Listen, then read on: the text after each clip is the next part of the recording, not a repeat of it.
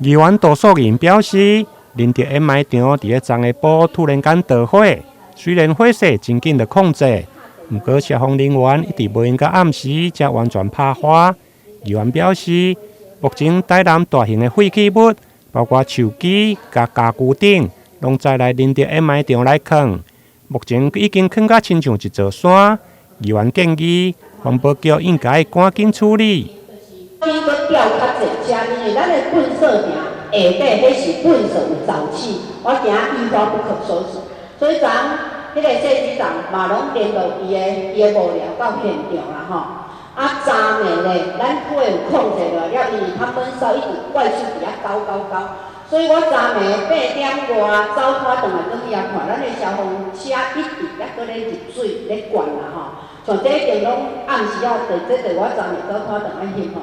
几乎什么拢伫遐啊！咱遮个迄个嘛感谢吼，咱拍火这兄弟真辛苦啦！安尼为昨个鼓舞到昨暝，应该差不多到1点半迄阵吼，较甲整个吼做一个段落啦吼。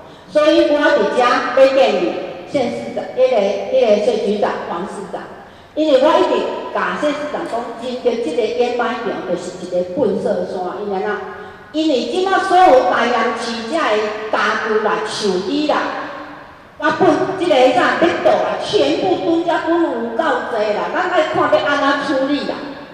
我有讲过一下，真感谢你啊，当内合作吼。啊，仁德这个掩埋场呢，很主是因为伊这摆看着迄个超5公顷，那很主是有对关迄个废树之超2000件，废家具超3000。我知道。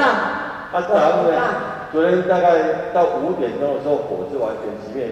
因为那是废的弹簧床跳了了，破了米的，我知。大概2个足球场大，所以呢，大概火是在1个半小时之内都不灭。但是那个余温我们还是在对好灌水。我了解，那个税局长重点就是咱迄堆粪扫山，看要安怎赶紧处理。另外，有关地方建设方面，议员多数人嘛关心沙仑设置大型医疗院所的进度。